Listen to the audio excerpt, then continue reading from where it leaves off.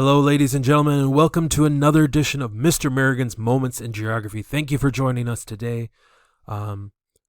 We are going to start taking a look at Southwest Asia. And so for my students, this would be chapter 18 in your textbook. And let's take a look at what we're going to be able to do today. We're going to be able to identify and explain the physical, the economic, as well as the cultural traits of Turkey today. We're also going to be able to identify the physical, the political, economic, as well as the cultural traits of Syria. We'll talk a lot about what's going on in Syria today, including the civil war. And then we're also going to be able to identify the physical, economic, as well as the political traits. Get a little bit into culture of Lebanon and Jordan as well. So let's kick things off with Turkey and just a little bit of history here to kick us off. So the Hagia Sophia, which means holy wisdom, was constructed right around the time period of 532 to 537 CE. I apologize. It would have been afterwards. And that was created by Emperor Justinian I. And throughout its history as part of the Byzantine Empire, it served as a basilica, particularly for the Orthodox faith and later the Greek Orthodox faith. It also changed later, especially as the Turks claimed this territory, and so it became a Muslim mosque, so a holy place of Islam. And today it serves as a museum, and you can find this today in Istanbul, which is not the capital city, but we'll get into that a little bit later. It finds itself certainly located on a city that technically lies on two continents, and that would be Europe and Asia. So speaking of the physical geography of Turkey, one thing we have to note is this is a meeting place between Asia and Europe, between the two continents. And so you'll see the Balkan Peninsula here in the north, but you'll also certainly see Asia Minor here, which makes up a large part of Turkey.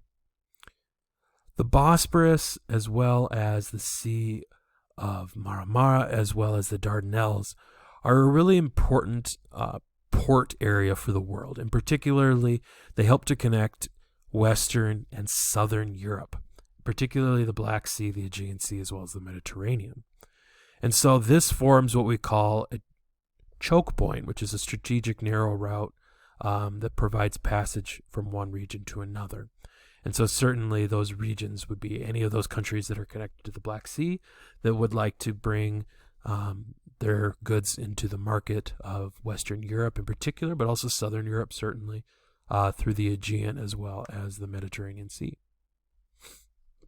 Additionally, you're also going to find in the center of Turkey the Anatolian Plateau. In the northern part of Turkey, you're going to see the Pontic Mountains. You'll see the Taurus Mountains in the south. But one thing we want to note geologically is that this is a major earthquake zone. And if you're looking for a little bit of history, check out the Antioch earthquake of 526. And I want to show you why. Turkey is a location where faults and plates meet. So you certainly have the East Anatolian Fault. You'll have the North Anatolian Fault. But you're also going to see certainly different folds. You're going to see the meeting of a lot of geological features. And so certainly that makes this a place where earthquakes will occur. Switching gears to the economy, the Turkish economy is a pretty large producer of agricultural goods, and they're number one in production in a lot of different areas. So as far as nuts go, 80% of the world's hazelnuts are exported out of Turkey, so certainly number one there. It's number one in refined sunflowers as well as the number one exporter of raisins. For pasta, it's number 3 in the world. For flour, it's number 1, and number 6 for poultry. You'll still see automobiles, you'll still see steel materials. Tourism is certainly growing here. Given the history here, there's a lot of interesting things to check out. And of course, you've got the Mediterranean Sea and the Black Sea as other options for tourism as well. Close to 100% of Turks today do follow the faith of Islam, which would make them Muslims. And the predominant language that you're going to hear is Turkish. However, there are certainly other languages that you'll hear. The Kurds, for example, in Turkey often speak Kurdish, and you'll hear quite a bit of Arabic if you do travel to Turkey as well. Predominantly, its population is pretty urban, it's about 70%, and Istanbul is certainly its largest cities. Like we mentioned earlier, though, this isn't the capital. Ankara is. And a lot of times, students as well as other learners, including myself in the past, certainly have thought of that as Istanbul as the capital, but Ankara is the capital. Getting into that history again. So Istanbul certainly used to be a part of the Roman Empire. It also used to be a part of several empires, but also certainly when Rome split, part of the Byzantine Empire, the Eastern European Empire. And then later, that city was named Constantinople, certainly after the Emperor Constantine. When the Ottomans conquered it, and rather when the Turks conquered it, they renamed it Istanbul. And in the 1400s, the Ottomans conquered this region. And you can kind of take a look here at the map that shows parts of the Ottoman Empire throughout its history. However, the Ottoman Empire came to an end in World War I when it was defeated as part of the Central Powers.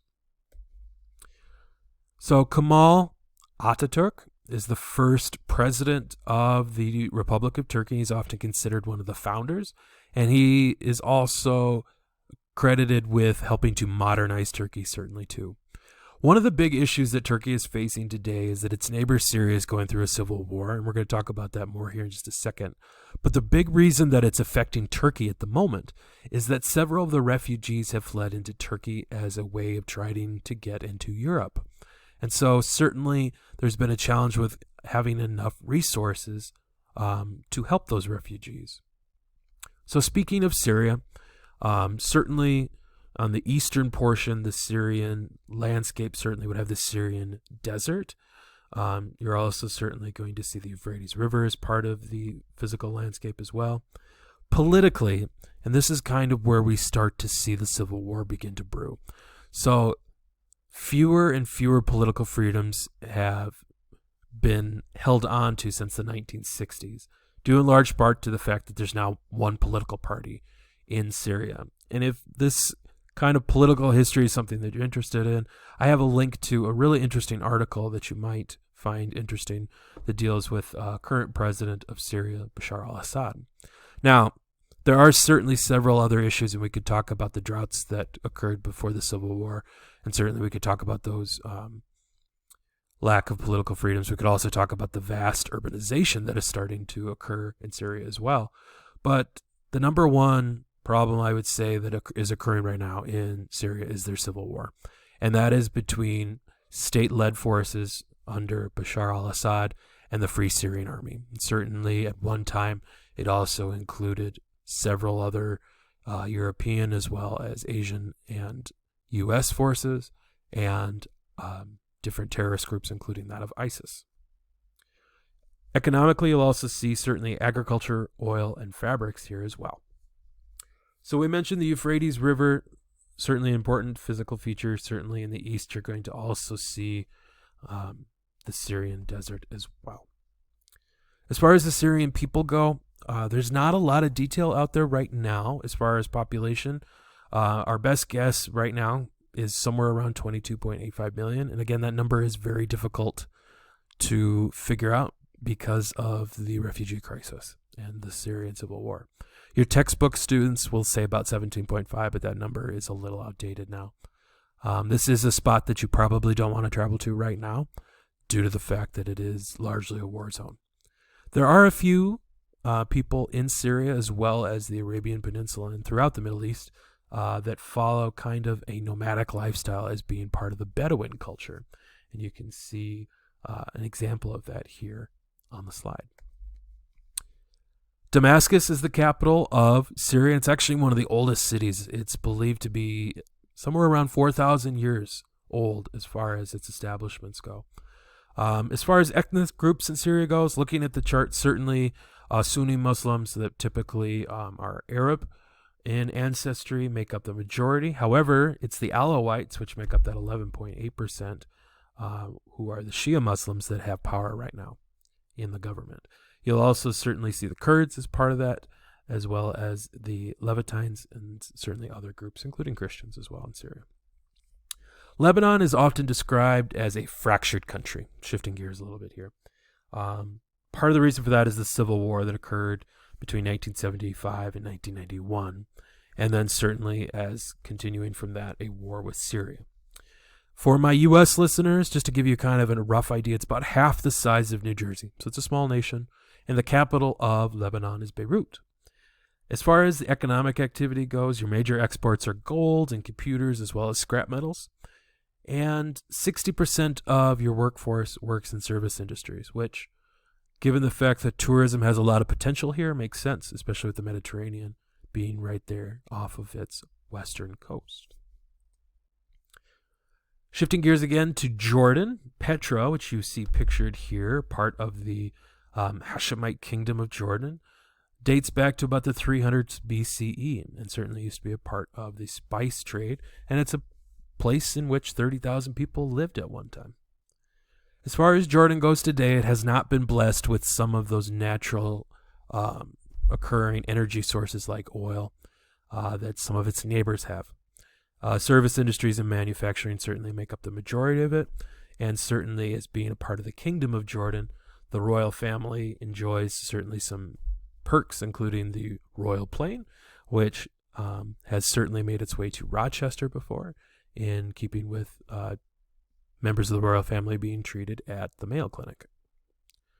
It's currently a constitutional monarchy. Like we said, there is a royal family, there is a king who serves as the official head, but you do have elected leaders that are predominantly in charge of governing. King Abdullah is pictured here along with his wife, Queen Rania, and Queen Rania has played a really important role in pushing for women's rights in the Middle East.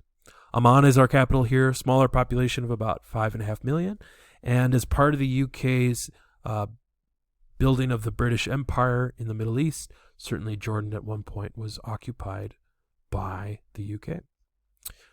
As always, make sure that you use the check-in quiz here just to make sure that you're picking up on those major ideas. For my students, thank you for listening, and if you have any questions, please reach out. I'm more than willing to help you with anything content-wise here or anything going on in class. For those of you who are just listening, I really appreciate you listening. I really hope that in some way maybe this channel can improve a little bit of geographical literacy, and maybe we could just better understand each other's cultures. As always, thank you for listening. Have a wonderful day, and we'll see you next time.